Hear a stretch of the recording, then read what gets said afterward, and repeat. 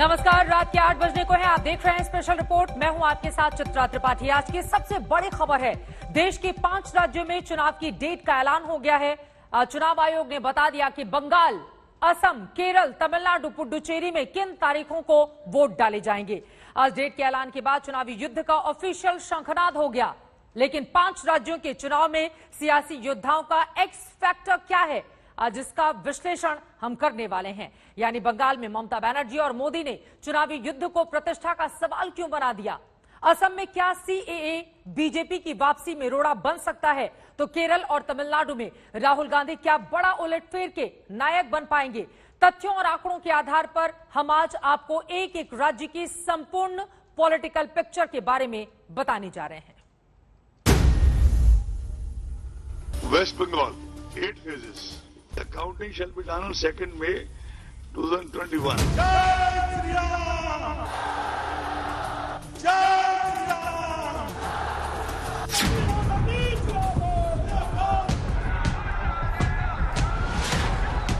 जय जय श्री राम, जय जय श्री राम।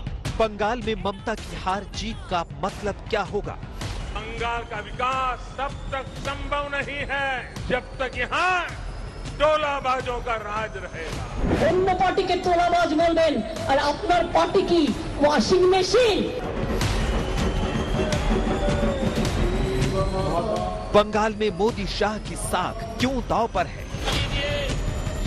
बंगाल की चुनावी जीत क्या राष्ट्रीय संदेश होगी।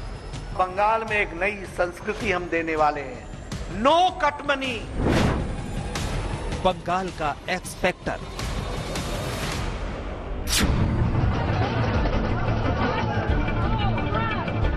असम दोबारा जीतना बीजेपी के लिए अहम क्यों है। क्या कांग्रेस का महागठबंधन से बिगड़ेगा गणित। असम का एक्स फैक्टर।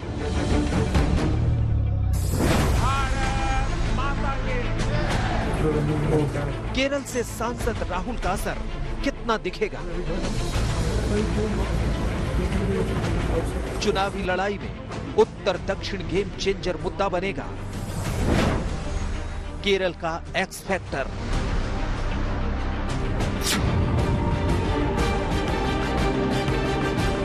जयललिता और करुणानिधि की गैर मौजूदगी का असर क्या होगा। तमिलनाडु में बीजेपी और कांग्रेस के लाभ हानि का समीकरण। तमिलनाडु का एक्स फैक्टर। पुडुचेरी में सरकार गंवाने वाली कांग्रेस क्या लौटेगी। राहुल का मत्स्य मंत्रालय का दाव हिट होगा या फ्लॉप। पुडुचेरी का एक्स फैक्टर। আগামী দিন দেশে থাকবে কি থাকবে না, বাংলায় একটা খেলায় যদি ওদের হারিয়ে দেন জানবেন এদেশ থেকে বিজেপি বিদায় নেবে। एक्स फैक्टर क्या है, यह हम आपको बताएंगे। चुनाव 5 राज्यों में है, लेकिन सभी की नजरें पश्चिम बंगाल पर टिकी हुई हैं। तो चलिए सबसे पहले आपको वो डेट शीट दिखा देते हैं जिसको लेकर ममता बनर्जी ने आपत्ति की है। थोड़ी देर पहले प्रेस कॉन्फ्रेंस करके उन्होंने कहा कि ये तो बीजेपी को फायदा पहुंचाने के लिए 8 चरणों में चुनावी तारीखों का ऐलान किया गया। यहां पर पश्चिम बंगाल की वो तमाम डेट्स हम आपको दिखा रहे हैं। 27 मार्च को पहले चरण का मतदान होगा, 30 सीटों पर वोट डाले जाएंगे। दूसरा चरण आप देख रहे हैं, आपको बता दें 1 अप्रैल को यहां पर वोटिंग होगी 30 सीटों पर। दूसरा चरण 1 अप्रैल 30 सीटों पर, जबकि तीसरा चरण जो कि 6 अप्रैल को है 31 सीटों पर, उस दिन होगा मतदान। ये पश्चिम बंगाल के वो आंकड़े आपके सामने रख रहे हैं जिन तारीखों के जरिए वहां की राजनीति आगे बढ़ेगी। चौथा चरण 10 अप्रैल को 44 सीटों पर वोट डाले जाएंगे। पांचवा चरण 17 अप्रैल को 45 सीटों पर वोटिंग होगी, जबकि छठवां चरण 22 अप्रैल को 43 सीटों पर वोट डाले जाएंगे। कुल 294 विधानसभा में से ये अलग अलग आपको बता दें कि 8 चरणों में सीटों को डिवाइड किया गया है। 7वां चरण 26 अप्रैल को 36 सीटों पर, 8वां चरण 29 अप्रैल को 36 सीटों पर, जबकि 2 मई को आ जाएंगे चुनावी नतीजे। अब की बार किसका होगा बंगाल, 2 तारीख को यानी कि 2 मई को इस बारे में भी जानकारी निकलकर सामने आ जाएगी। ये पश्चिम बंगाल की तमाम डेट शीट हमने आपके सामने रखी है, लेकिन आपको बता दें चुनाव 5 राज्यों पर है, लेकिन सभी की नजरें बंगाल पर टिकी हैं। वही जहां ममता बनर्जी और मोदी शाह में सीधी चुनावी भिड़ंत होनी है। चुनाव की डेट का ऐलान होते ही ममता बनर्जी ने पहला हमला कर दिया है। क्या मतदान को 8 चरणों में बांटने के पीछे कोई सियासी एजेंडा है या फिर बंगाल का हाई प्रोफाइल लड़ाई को देखते हुए यह ऐसा किया गया है? ममता के आरोप और बंगाल के सियासी समीकरण एक एक डिटेल्स आपको समझाने के लिए हमने अपनी ये स्पेशल रिपोर्ट तैयार की है। देखिए,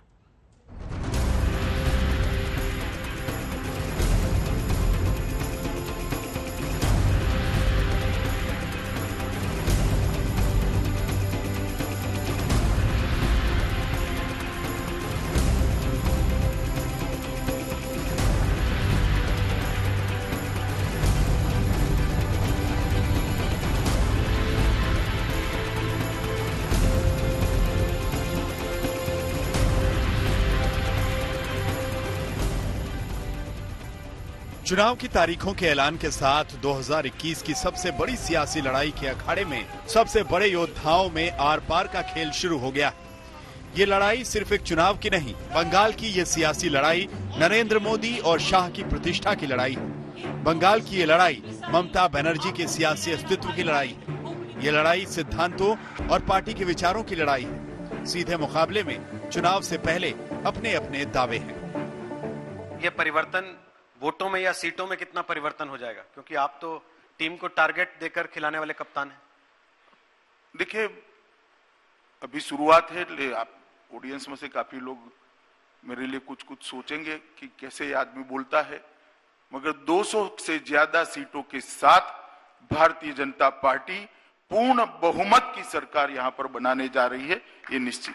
as the chief minister, what is your level of confidence and आपके हिसाब से आपकी कितनी सीटें आएंगी selection? My level of confidence is 110% and कितना सीट आएगा वो हम आपको नहीं बोलेंगे कि इसी के लिए कि हमको इतना दिन 2 टर्म में जितना सीट मिला इससे ज्यादा तो जरूर आएंगे और 221 का कम नहीं होगा। शाह अपनी भविष्यवाणी के पीछे अतीत के आंकड़ों को गिना रहे हैं तो सीधी टक्कर में ममता अपनी जीत के लिए पूरी तरह आश्वस्त है। लेकिन बड़ी बात यह है कि बंगाल की धरती से निकला जनादेश एक राज्य का मत होगा जो 2024 में होने वाली सियासी महाभारत का ट्रेलर भी होगा। इसे आप यूं समझिए, मोदी शाह जैसे सियासी योद्धाओं को ममता बनर्जी सीधी टक्कर दे रही हैं, वो भी अकेले। सड़कों पर बड़े संघर्ष से खुद को सियासत में स्थापित करने वाली ममता को मोदी लहर को रोकना है। 2019 के नतीजों से उत्साहित मोदी और शाह की जोड़ी को रोककर ममता खुद को सियासत की सबसे बड़ी खिलाड़ी साबित कर सकती है। 10 साल के शासन में एंटी इनकम्बेंसी फैक्टर होता है, लेकिन ममता अपनी लोकप्रियता साबित करके हैट्रिक लगा सकती है। ममता अपनी विचारधारा से समझौता नहीं करने वाली नेताओं में है और उनके विचार पर मुहर लगेगी। ममता पर बीजेपी मुस्लिम तुष्टीकरण का आरोप लगाती है और इस चुनाव में ममता की जीत उनकी सेक्युलर इमेज को और भी मजबूत कर देगी। 2021 का यही चुनाव ममता के राजनीतिक सफर में टर्निंग पॉइंट साबित हो सकता है, क्योंकि बंगाल से ममता के लिए विपक्ष के सबसे सर्वमान्य नेता के रूप में उभरने का मौका मिलेगा, जो 2024 में बहुत बड़ा फैक्टर होगा। ममता बनर्जी ने ऐतिहासिक वोटों से 2011 और 2016 का चुनाव जीता। बंगाल की जनता ने ममता पर आंख बंद करके भरोसा किया। ममता ने मोदी लहर को बंगाल के बॉर्डर पर 2014 लोकसभा और 2016 विधानसभा चुनाव में रोक दिया, लेकिन 2019 में पहले से ज्यादा वोट शेयर के बावजूद बीजेपी ने बंगाल में अप्रत्याशित जीत दर्ज की। अब बीजेपी 2021 में बंगाल से ममता राज का द एंड करने का दम भर रही है। मोदी, शाह और नड्डा बंगाल में परिवर्तन के लिए पसीना बहा रहे हैं। 1951 में डॉक्टर श्यामा प्रसाद मुखर्जी ने भारतीय जनसंघ की स्थापना की। 1952 में हुए बंगाल असेंबली इलेक्शन में 9 सीटों पर विजय पाई। तब से लेकर अब तक बंगाल में सरकार बनाना बीजेपी के एजेंडे में है, जो 2021 में बीजेपी पूरा करना चाहती है। बंगाल जीतने के लिए बीजेपी और शाह की जोड़ी 2014 से बंगाल पर पूरा फोकस कर रही है। बंगाल को मोदी और शाह ने अपनी प्रतिष्ठा का सवाल बना लिया है, क्योंकि विरोध के सबसे मुखर आवाज ममता बनर्जी है। बंगाल में ममता के तुष्टीकरण को हिंदुत्व से बैलेंस करने का मौका है।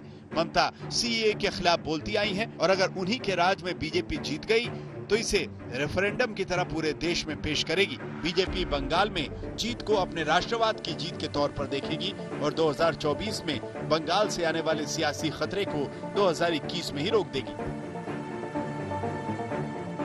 बीजेपी के मिशन बंगाल को आप ऐसे समझ सकते हैं कि अब तक प्रधानमंत्री मोदी 3 बार बंगाल का दौरा कर चुके हैं, जबकि अमित शाह 4 बार। लेकिन यहाँ आपको याद रखना है कि मोदी ने बिहार चुनाव के बाद ही विजय संबोधन में बंगाल का चुनावी अभियान शुरू कर दिया था। देश के कुछ हिस्सों में उनको लगता है कि भारतीय जनता पार्टी के कार्यकर्ताओं को मौत के घाट उतार करके वे अपने मंसूबे पूरे कर लेंगे। मैं उन सब से आग्रहपूर्वक समझाने का प्रयास भी करता हूं। मुझे चेतावनी देने की जरूरत नहीं है, क्योंकि वो काम जनता जनार्दन करेगी। सियासी बिसात उसी वक्त बिछ गई थी जिस पर अब चाल चली जा रही। बीजेपी परिवर्तन यात्रा से लेकर सोनार बांग्ला के द्वारा चुनाव अभियान में है, लेकिन चुनावी युद्ध में शब्दों के बाण सीधे सीधे ममता बनाम मोदी शाह को टारगेट कर चलाए जा रहे हैं। তাই বলে যায় নরেন্দ্র মোদীজি আর আপনার দানব বন্ধুজি এবং সাথে যারা আছে খুচরো খাচরা বড্ড বেশি কথা বলছেন, আর একটু বলে যান। 2 মাস একটু সহ্য করতে হবে, তারপরে দেখবো কার কত জোর। पश्चिम बंगाल में भाजपा की सरकार सिर्फ सत्ता में परिवर्तन के लिए नहीं, बल्कि आसोल परिवर्तन के लिए बनानी है। आसोल परिवर्तन, बल्कि यहां कमल खिलाना इसलिए जरूरी है ताकि पश्चिम बंगाल की स्थिति में वो आसोल परिवर्तन आ सके, जिसकी उम्मीद में आज हमारा नौजवान जी रहा है। बंगाल में 8 चरणों में चुनाव होंगे। इस फैसले पर मुख्यमंत्री ममता बनर्जी ने सवाल उठाए। 5টা রাজ্যের ইলেকশন অ্যানাউন্স করেছে। বাংলায় 294টা সিট, 8টা ফেজে ইলেকশন কেন? কাকে সুবিধা করে দেওয়ার জন্য? একটু তো রেশনাল থাকবে election commission. We want election commission will have a highest regards. Now, like election commission, the important body, if they don't give justice to the state and the people, then where the people will go? Bengal में प्रचंड सियासी युद्ध के पीछे सिर्फ विचारधारा की लड़ाई नहीं, सियासी सीटों की भी लड़ाई है। इसे यूं समझिए, विधानसभा की 294 सीट, लोकसभा की 42 सीट, राज्यसभा की 16 सीट। यानी बंगाल का जनादेश सिर्फ क्षेत्रीय राजनीति तक सीमित नहीं है। बंगाल के परिणाम राष्ट्रीय राजनीति के खेल भी बना सकते हैं और बिगाड़ भी सकते हैं। इंद्रजीत कुंडू के साथ आज तक ब्यूरो। पश्चिम बंगाल इसीलिए बीजेपी टीएमसी दोनों ही पार्टियों के लिए काफी ज्यादा महत्वपूर्ण। इस बार के चुनाव में कौन कौन से मुद्दे हैं ये आपको बताएंगे, लेकिन उसके पहले 2016 के नतीजे क्या रहे थे उस पर भी नजर डालना बेहद जरूरी है। पश्चिम बंगाल में 2016 के नतीजे आप देख रहे हैं। इस विधानसभा के जरिए कुल 294 सीटें हैं, लेकिन यहां पर सबसे ज्यादा विधायक तृणमूल कांग्रेस के चुनकर आए हुए थे, कुल 211। जैसा कि आप देख भी पा रहे हैं कि यहां पर किस तरह से तमाम विधायक बैठे हुए हैं। ये 2016 की विधानसभा का हाल था। अगर बात करें लेफ्ट पार्टियों की, 32 सीटें लेफ्ट में जीती थी। कांग्रेस पार्टी ने उनसे ज्यादा, हालांकि कांग्रेस और लेफ्ट दोनों का गठबंधन था, लेकिन कांग्रेस पार्टी ने 44 सीटें जीती थी, लेफ्ट पार्टियों को 32 सीटें गई थी। इन लोगों का गठबंधन, लेकिन भारतीय जनता पार्टी काफी ज्यादा घाटे में रही थी। बीजेपी को सिर्फ 3 सीटें मिली थी और उसके 3 विधायक ही यहां पर यानी कि विधानसभा के भीतर बैठने में सक्षम हुए थे। अन्य के खाते में 4 सीटें गई थी। लेकिन आपको बताते चले कि इस बार वक्त का पहिया घूम चुका है, क्योंकि 2016 के बाद 2019 के जो चुनावी नतीजे सामने आए उसमें लोकसभा के आधार पर बीजेपी ने शानदार बढ़त हासिल कर ली। 42 में से इस पार्टी ने 18 सीटें जीती, 22 सीटें ममता बनर्जी की पार्टी ने जीती। इसी वजह से बीजेपी का है कि 2021 में तो विधानसभा का परिदृश्य बदल जाएगा, लेकिन क्या ऐसा हो पाएगा ये अपने आप में महत्वपूर्ण है। फिलहाल चुनाव के दौरान कौन कौन से फैक्टर बंगाल में काम करेंगे, चुनावी अखाड़े में उतरे खिलाड़ियों के दांव और पेंच कैसे हैं, इसके बारे में आपको बताते हैं। जय श्री राम, जय जय श्री राम। आसोल परिवर्तन लाना है। यहाँ पूर्व पहाड़ से कमल खिलाना है। এই খেলা থেকেই বিজেপিকে ঠিক করতে হবে আগামী দিন দেশে থাকবে কি থাকবে না। বাংলায় একটা খেলায় যদি ওদের হারিয়ে দেন জানবেন এদেশ থেকে বিজেপি বিদায় নেবে। আর নয় অন্যায়, আমরা আসল পরিবর্তন চাই। বাংলা শাসন করবে না, বাংলা শাসন করবে। গুজরাট বাংলা শাসন করবে না, মোদি বাংলা শাসন করবে না। ममता जी की सरकार को उखाड़ फेंकेंगे और लाखों सोनार बांग्ला का बनाएंगे। मोदी जी ने जो पैसा भेजा ये तृणमूल कांग्रेस के गुंडे खा गए। बंगाल की चुनावी रेस में सबसे आगे कौन होगा, फिनिशिंग लाइन को सबसे पहले कौन पार करेगा? एक दो नहीं, सियासी रेस में चेहरे कई हैं, लेकिन हार और जीत की लड़ाई सीधे सीधे बीजेपी और टीएमसी में है, यानी ममता बनर्जी और मोदी शाह की टीम। सबसे पहले आप बंगाल चुनाव में दौड़ रही टीमों को समझिए। पहली टीम ममता बनर्जी यानी टीएमसी, दूसरी टीम बीजेपी यानी मोदी टीम, तीसरी टीम लेफ्ट कांग्रेस गठबंधन। लेकिन मुस्लिम धर्मगुरु अब्बास सिद्दीकी की इस गठबंधन से वार्ता चल रही है सीटों को लेकर। चौथी टीम ओवैसी यानी AIMIM। संभावना यह है कि अब्बास सिद्दीकी की बात कांग्रेस लेफ्ट से नहीं बनी तो वो ओवैसी के साथ आ सकते हैं। सियासी रेस में ये टीमें अपना पूरा दमखम लगा रही है, लेकिन चुनावी मुद्दे क्या हैं, ये फैक्टर भी समझिए। जय श्री राम का नारा, बंगाली अस्मिता, बंगाल की बेटी, बुआ भतीजा, कटमनी, CA, मुस्लिम तुष्टीकरण। अब तक जुबानी जंग में यही शब्द बंगाल में गूंज रहे हैं, लेकिन सबसे बड़ा मुद्दा जय श्री राम का नारा बन गया है। देखिए, हमने बोला हर धर्म का अपन अपन का राय है, इसको हम इज्जत करते हैं, लेकिन हम जब फेस्टिवल करते हैं ये यूनिवर्सल होता है। Religion is personal and festival is universal. तो इसी के लिए ये बात ठीक नहीं है। और जय श्री राम वो कहते हैं, हम तो जय सिया राम कहते हैं। जय सिया राम मीन्स सीता एंड राम। अब पहले तो देखो क्या कौन झूठा बोलता है कौन सच बोलता है। अब दीदी नहीं है बोलने में, मुझे दिक्कत नहीं है, चिढ़ेगी नहीं। टीवी पर मुझे मालूम नहीं है वो जय श्री राम के नाम से क्यों चिढ़ती है इतना। और जय श्री राम ये कोई इसको धार्मिक नारे के रूप में इंटरप्रेट करने का प्रयास जो तृणमूल कांग्रेस कर रही है वो गलत है। अगर ये धार्मिक नारा होता तो मैं बंगाल की जनता की नस नस को जानता हूं, कभी स्वीकृति ना आती। जय श्री राम प्रतीक है एपिसमेंट के खिलाफ, तुष्टीकरण के खिलाफ का। अगर आपको बंगाल के अंदर दुर्गा पूजा निकालने के लिए हाईकोर्ट के द्वार खटखटाने पड़ेंगे, बच्चे वसंत पंचमी के दिन सरस्वती पूजा नहीं कर पाएंगे। 2019 के चुनावों में बीजेपी को 40% वोट शेयर मिला, लेकिन टीएमसी का 43% रहा। वोट शेयर और सीट के मामले में टीएमसी भारी रही। 2016 में भी टीएमसी ने क्लीन स्वीप किया था, इस हिसाब से टीएमसी सबसे आगे है। लेकिन 2021 में टीएमसी की ताकत और कमजोरी के बारे में बताते हैं। टीएमसी की ताकत, ममता बनर्जी का चेहरा, जीत का ट्रैक रिकॉर्ड, मोदी लहर को रोका, हर बूथ पर वर्कर, सेक्युलर चेहरा, आक्रामक प्रचार, मुस्लिम वोटरों की पसंद, वोटरों पर जमीनी पकड़।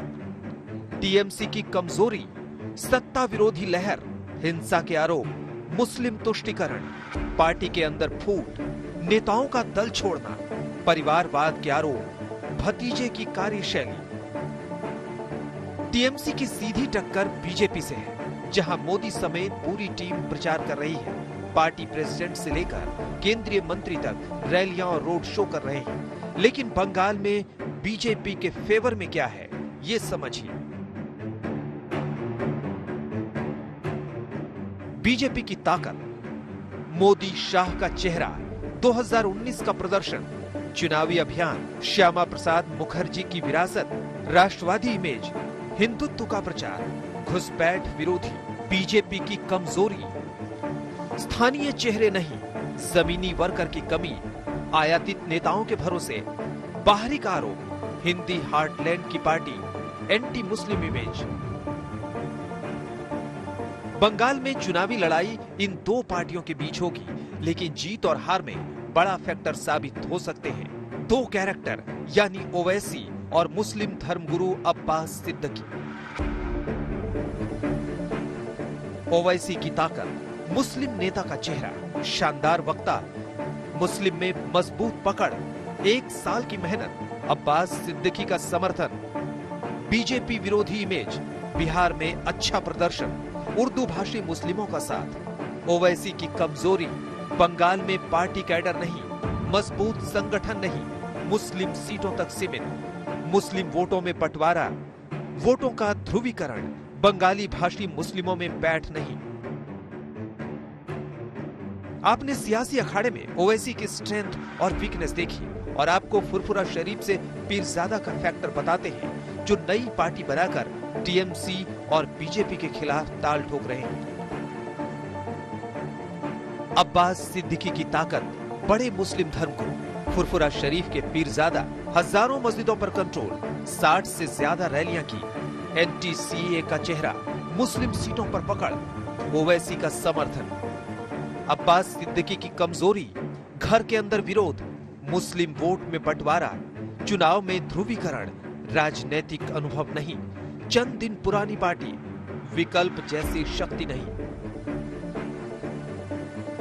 इंडियन सेकुलर फ्रंट के मुखिया अब्बास सिद्दीकी अभी कांग्रेस और लेफ्ट के साथ जाएंगे या फिर ओवैसी के साथ क्लियर नहीं है, लेकिन ममता के मुस्लिम वोटरों में सेंध लगाएंगे ये पक्का है। अब आपको बंगाल में कांग्रेस और लेफ्ट गठबंधन के बारे में बताते हैं।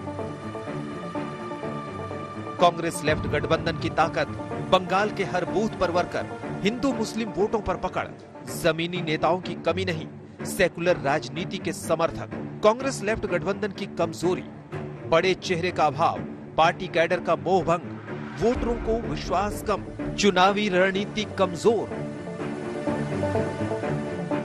बंगाल में 70% हिंदू वोटर हैं, जबकि 30% मुस्लिम। पिछला 4 चुनाव ममता दीदी हिंदू मुस्लिम वोटों के दम पर जीती थी, लेकिन इस बार मुस्लिम वोट में ओवैसी और अब्बास की जोड़ी सेंध लगा सकती है, जबकि हिंदू वोट में मोदी और शाह की जोड़ी। इंद्रजीत कुंडू के साथ अनुपम मिश्र, कोलकाता, आज तक। स्पेशल रिपोर्ट में अब बात बड़ी साजिश की। देश के सबसे अमीर उद्योगपति मुकेश अंबानी के घर के पास जिलेटिन की छड़ें मिलने से हड़कंप मच गया। वो छड़ जिसके धमाके से बड़े बड़े पहाड़ों को धड़ाम कर दिया जाता है। आखिर वो छड़ें अंबानी के घर के बाहर आई कैसे? किसने रची मुकेश अंबानी के खिलाफ साजिश? वो कौन है जो मुंबई पुलिस को ओपन चैलेंज कर रहा है? कल मुंबई में मुकेश अंबानी के घर के बाहर मिली संदिग्ध कार की गुत्थी अब तक सुलझ नहीं पाई है। पुलिस सुराग की कड़ियां जोड़कर साजिश रचने वालों का पता लगाने की कोशिशों में लगातार जुटी हुई है। वो जो शख्स था जो स्कॉर्पियो कार के अंदर मौजूद था, वो ड्राइवर का जो डोर रहता है वहां से वो नहीं उतरा, बल्कि उल्टी तरफ से उतरा। उसने चेहरे पर पूरी तरीके से अपने चेहरे को ढक लिया था। दूसरी अगर जो मैं अहम जानकारी बताऊं कि ये स्कॉर्पियो कार को मुंबई के विक्रोली इलाके से चोरी की गई थी। 7 से 8 दिन पहले ये स्कॉर्पियो कार की चोरी की गई थी और साथ ही इस मामले में स्कॉर्पियो कार के ओनर ने एफआईआर भी रजिस्टर की है।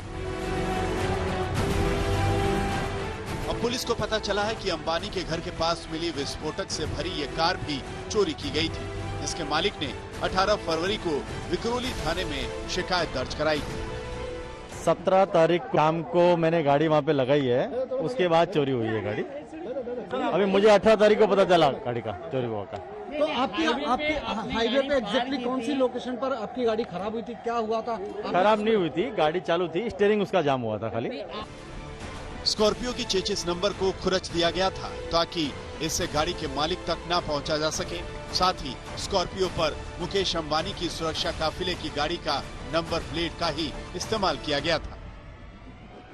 मुंबई पुलिस जो उद्योगपति मुकेश अंबानी को जो थ्रेट लेटर आया है, जो स्कॉर्पियो गाड़ी मिली है जिसमें जिलेटिन स्टिक्स मिली थी, उस बारे में इन्वेस्टिगेशन में अब तक करीब 15 लोगों से पूछताछ कर चुकी है। पुलिस को यह भी पता चला है कि जो स्कॉर्पियो गाड़ी पार्क करने वाला ड्राइवर था वो करीब 2.5 घंटे गाड़ी के अंदर ही बैठा रहा और उसके बाद पीछे के दरवाजे से वो बाहर निकलकर वहां से चला गया। पूरे केस की तफ्तीश करते हुए पुलिस नागपुर की उस सोलार एक्सक्लूसिव कंपनी तक पहुंच गई जिसकी बनाई जिलेटिन की छड़ें अंबानी के घर के पास खड़ी कार से बरामद हुई। हालांकि कंपनी के मालिक का कहना है कि जिलेटिन की छड़ें साजिशकर्ताओं तक कैसे पहुंची ये बताना बेहद मुश्किल है। एक बक्से के अंदर वो 25 किलो का बक्सा है, उसमें एक बक्से में करीब 200 कार्टेजेस रहते हैं। यदि बक्से को तोड़ दिया और उसमें से कार्टेजेस यदि है, जैसे केवल कार्टेजेस बक्सा साथ में नहीं है, तो ये बता पाना मुश्किल होगा कि वो किसको डिस्पैच हुआ। इस पूरी साजिश में सबसे डराने वाली वो चिट्ठी है जो पूरे प्लान के बेहद खतरनाक होने का इशारा कर रही है। स्कॉर्पियो की ड्राइविंग सीट की बगल वाली सीट पर अंबानी की आईपीएल की टीम मुंबई इंडियंस की ब्रांडिंग वाला एक बैग मिला है जिसमें धमकी भरी चिट्ठी रखी गई थी। चिट्ठी में लिखा है कि ये तो सिर्फ एक ट्रेलर है, नीता भाभी, मुकेश भैया फैमिली, ये तो सिर्फ एक झलक है, अगली बार ये सामान पूरा होकर आपके पास आएगा और पूरा इंतजाम हो गया है। जिस तरीके से इस लेटर को हमने एक्सेस किया है, इसको रोमन, इंग्लिश और हिंदी में टूटी फूटी भाषा, ग्रामेटिकल मिस्टेक है। साफ तौर पे लिखा गया है कि ये तो सिर्फ एक ट्रेलर है, अगली बार पूरा का पूरा सामान घर के अंदर आएगा। नीता भाभी और मुकेश अंबानी के नाम पर ये लेटर लिखा हुआ है और क्लियरली मैं आपको बता दूं, ये लेटर एक चैलेंज दिया गया है, एक डराने धमकाने की बात थी, साफ तौर पे यहाँ पर कही गई है।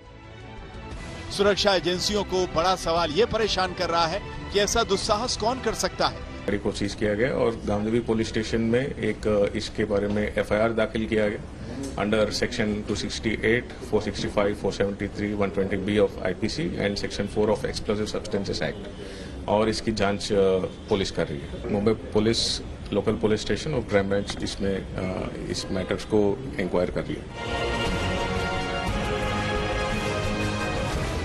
मुंबई पुलिस के सूत्रों के मुताबिक साजिशकर्ता इस साजिश में पिछले 1 महीने से लगे हुए थे और इसके लिए वो लगातार मुकेश अंबानी के घर की रेकी भी कर रहे थे। संदिग्ध कार मिलने के बाद मुकेश अंबानी के घर की सुरक्षा बेहद कड़ी कर दी गई है। मुंबई पुलिस की 10 टीमें लगातार इस साजिश का खुलासा करने की कोशिश में जुटी हैं। साथ ही सीसीटीवी फुटेज के जरिए सफेद इनोवा कार की भी तलाश की जा रही है ताकि जल्द से जल्द साजिशकर्ता को पकड़ा जा सके।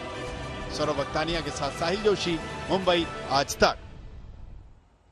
साजिश बड़ी है और कौन है इस बारूदी साजिश के पीछे, ये अपने आप में बड़ा सवाल है और इसी से जुड़ी हुई एक बड़ी खबर सामने आ रही है। साजिशकर्ता की लोकेशन को लेकर पुलिस को कई बड़े सुराग मिले हैं।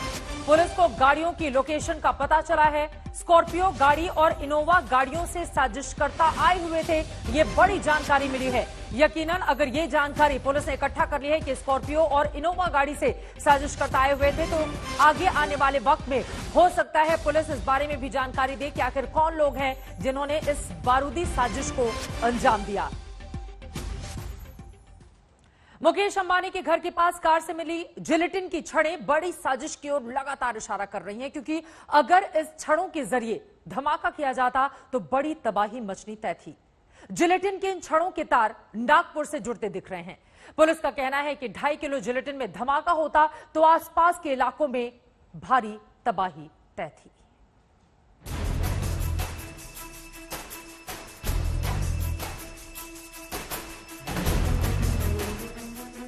जिलेटिन की ये वो छड़ें हैं जो मुकेश अंबानी के घर के पास मिली कार से बरामद की गई और कार से विस्फोटक की बरामदगी ने पुलिस और सुरक्षा एजेंसियों को सकते में डाल दिया, क्योंकि छोटी सी नजर आने वाली इन छड़ों में इतना बारूद भरा हुआ है जो अपने धमाके से चट्टान को भी चकनाचूर कर सकता है। इन जिलेटिन छड़ों का धमाका कितना खतरनाक हो सकता है, उसे पहले इस वीडियो से समझिए, जहां एक जिलेटिन की छड़ ने बड़े पत्थर के परखच्चे उड़ा दिए।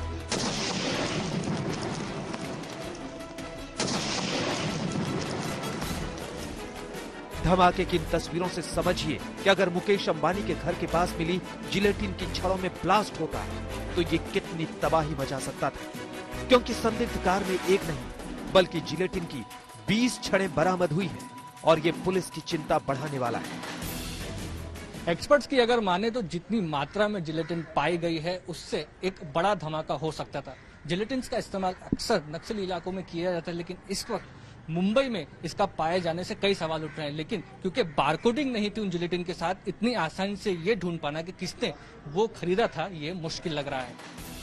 कार से मिली जिलेटिन की छड़ें मिलिट्री ग्रेड की नहीं है, यानी इनका कमर्शियल इस्तेमाल किया जाता है। आमतौर पर मकान निर्माण और खुदाई के दौरान इसका इस्तेमाल धमाके के लिए किया जाता है। जितने भी इंफ्रास्ट्रक्चर के काम है, जहां पर भी जैसे एक्सकेवेशन है, चाहे वो रोड, टनल, जितने भी क्वेरी, ये जितने भी काम है, चाहे वो बड़ी क्वेरी है या छोटी क्वेरी है, जहां पर भी आपको ब्लास्टिंग करना है तो उसके लिए एक्सप्लोजिव ये उसके लिए यूज होता है। जिलेटिन एक तरह का विस्फोटक है जो लिक्विड या ठोस फॉर्म में इस्तेमाल किया जाता है।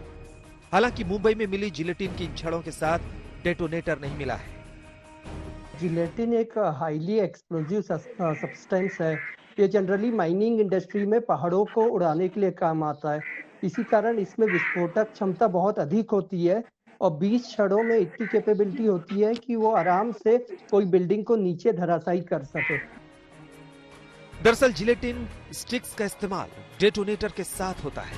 सामान्य भाषा में इसे बमों का ट्रिगर भी कहते हैं, यानी जिलेटिन छड़ों में धमाके के लिए डेटोनेटर जरूरी है। इसका इस्तेमाल आतंकी और नक्सली संगठन भी धमाके के लिए करते हैं। जनरली जिलेटिन का यूज करते हैं। बहुत बार ये खासकर छत्तीसगढ़ और महाराष्ट्र में गढ़चिरौली में, आपको याद होगा 2019 में मई में 15 पुलिस वालों की गाड़ी उड़ाई गई थी जिसमें जिलेटिन का इस्तेमाल हुआ था। तो ये नक्सलियों का पसंदीदा एक्सप्लोजिव में से एक है। यही वजह है कि जिलेटिन की छड़ों का पूरा रिकॉर्ड भी रखा जाता है। जिस कंपनी की छड़ें मुकेश अंबानी के घर के पास कार से बरामद हुई, अब उसका भी रिकॉर्ड खंगाला जा रहा है। कार में जिलेटिन स्टिक्स पाई गई थी जिससे एक बड़ा धमाका किया जा सकता है, ऐसा बताया जा रहा था। इसके साथ कुछ नंबर प्लेट्स मिली थी।